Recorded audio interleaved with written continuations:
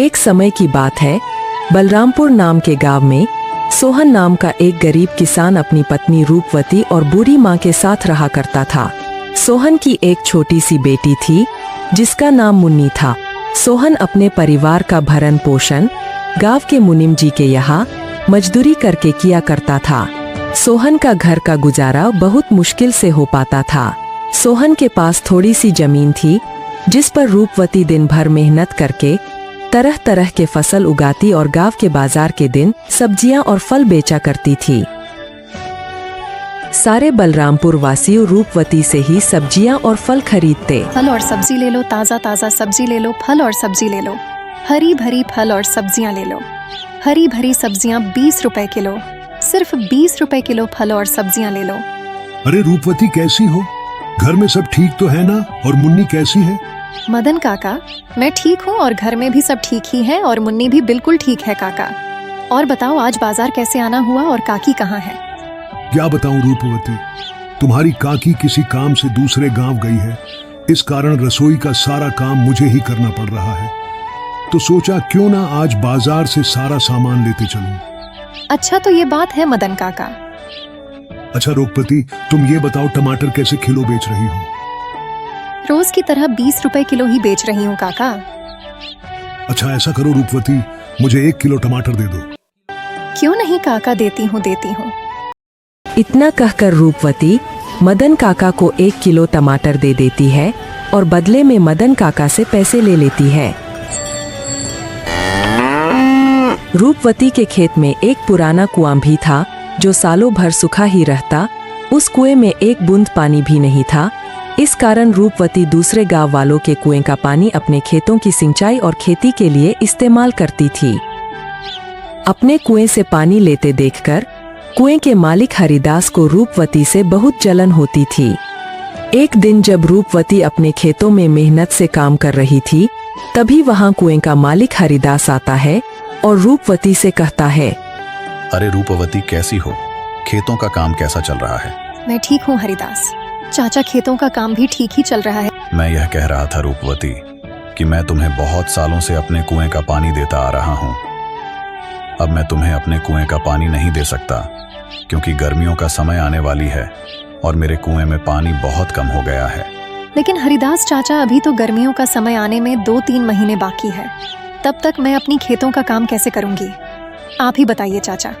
मैं कुछ नहीं जानता रूपवती, ये तुम्हारी दिक्कत है, तुम अपना समझो। मैं तुम्हें अपने कुएं का पानी नहीं दे सकता। यह सुनकर रूपवती मन ही मन बहुत दुखी हो जाती है और घर जाकर अपने पति सोहन को सारी बातें बताती है। यह क्या हो गया भाग्यवान, यह क्या परेशानियां पड़ी? अब हमारा घर का गुजारा कैसे होगा? आप चिंता ना करो भाग्यवान, ऊपर वाला सब देख रहा है। प्रभु हमारी मदद जरूर करेंगे। अच्छा ठीक है रूपवती, तुम जाकर आराम करो, मैं हरिदास काका से मिलकर आता हूँ। यह कहकर सोहन हरिदास काका से मिलने उनके घर की ओर निकल पड़ता है।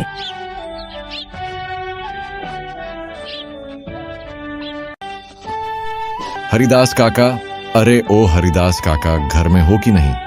अरे कौन है भाई? रुको आता हूँ। अरे सोहन, तुम हो, मेरे घर कैसे आना हुआ? हरिदास काका, मुझे रूपवती ने बताया कि आपने हमें कुएं का पानी देने से मना कर दिया। हाँ सोहन, यह बात सच है कि मैंने रूपवती को अपने कुएं का पानी लेने के लिए मना कर दिया। ऐसा क्या हो गया हरिदास काका? देखो सोहन, मैं तुम्हें कई सालों से अपने कुएं का पानी देता आ रहा हूँ और इस बार गर्मियों का समय आने वाली है। इस कारण मेरे कुएं का पानी बिल्कुल सूख कर कम हो गया है। अगर मैं तुम्हें अपने कुएं का पानी देता हूँ तो मुझे गर्मियों में बहुत परेशानी होगी। लेकिन हरिदास काका, अभी तो गर्मियों आने में 2-3 महीने का समय है, तब तक मेरे खेतों का क्या होगा? मैं कुछ नहीं जानता सोहन, मैंने रूपवती को भी कहा था कि यह तुम्हारी समस्या है। मैं तुम लोगों को अपने कुएं का पानी नहीं दे सकता। हरिदास काका को कुएं का पानी देने के लिए मनाने का बहुत कोशिश करता है, लेकिन हरिदास नहीं मानता है। फिर सोहन दुखी होकर थक हार के अपने घर की ओर निकल पड़ता है।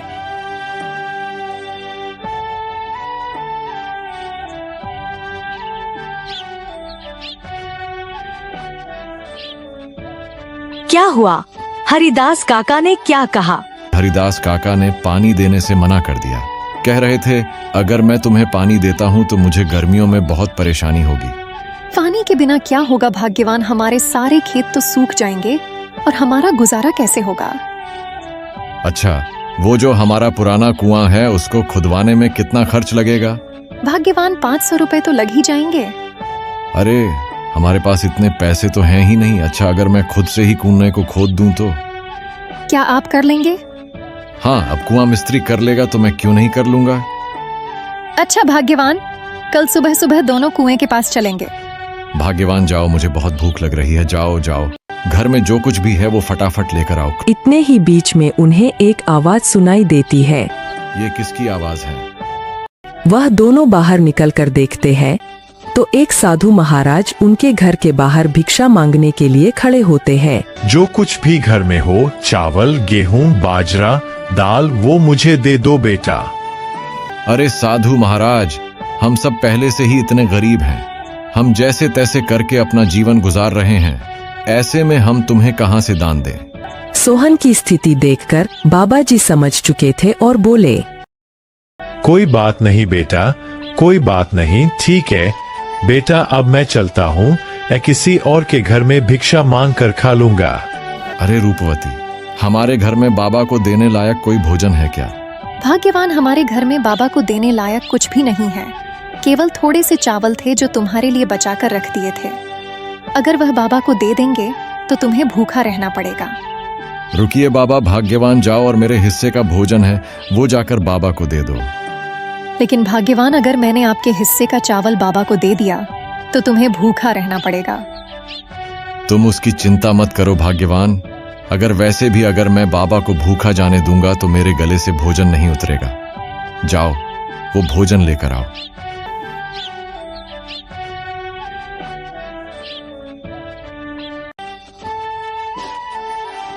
सोहन की पत्नी सोहन के अनुसार सोहन के हिस्से का भोजन बाबा को दे देती है।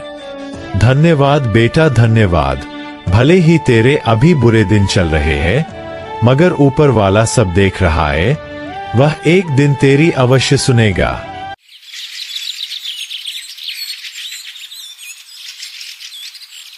फिर अगले दिन सुबह सुबह दोनों सोहन और उसकी पत्नी रूपवती अपने कुएं की खुदाई करने अपने खेत की ओर चल देते हैं।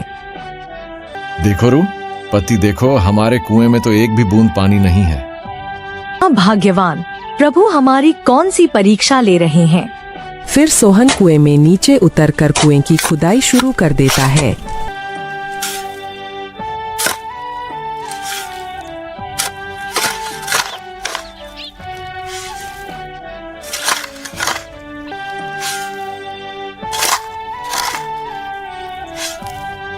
थोड़े समय बाद अचानक से कुएं की एक पत्थर के अंदर से पानी निकलने लगता है। अरे ये पानी कहाँ से आ रहा है? मुझे तो अपनी आंखों पर विश्वास ही नहीं होता। मुझे तो लगता है कि यह सब मेरे अच्छे कर्मों का फल है जो मुझे मिला। भगवान सही कह रही थी और बाबा जी भी सही कह रहे थे कि तुम्हारे कर्मों का फल तुम्हें अवश्य मिलेगा। ऊपर वाले ने मेरी सुन ली। अब मैं इस पानी से मैं अपनी खेत की सिंचाई अच्छी तरह से कर सकूंगा। सोहन बहुत खुश हो जाता है और ऊपर जाकर रूपवती से कहता है, भाग्यवान प्रभु ने हमारी सुन ली। नीचे पत्थर से पानी निकल रहा है। क्या आप सच कह रहे हो भाग्यवान? प्रभु ने हमारी सुन ली। अब हमें खेती करने में कोई परेशानी नहीं होगी। तो दोस्तों, आपने देखा जो अच्छा कर्म करता है उसके साथ हमेशा अच्छा ही होता है।